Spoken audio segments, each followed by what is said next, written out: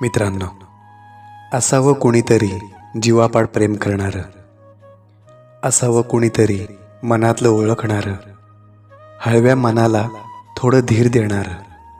नको काळजी करू, मी आहे सोबतीला, असं म्हणून प्रेमानं आधार देणारं. प्रत्येकाचे विचार असतात वेगळे, स्वप्न असतात निरनिराळी. असावं कोणीतरी विचारांना जुळवून घेणारं, असावं कोणीतरी भावनांना समजून घेणारं.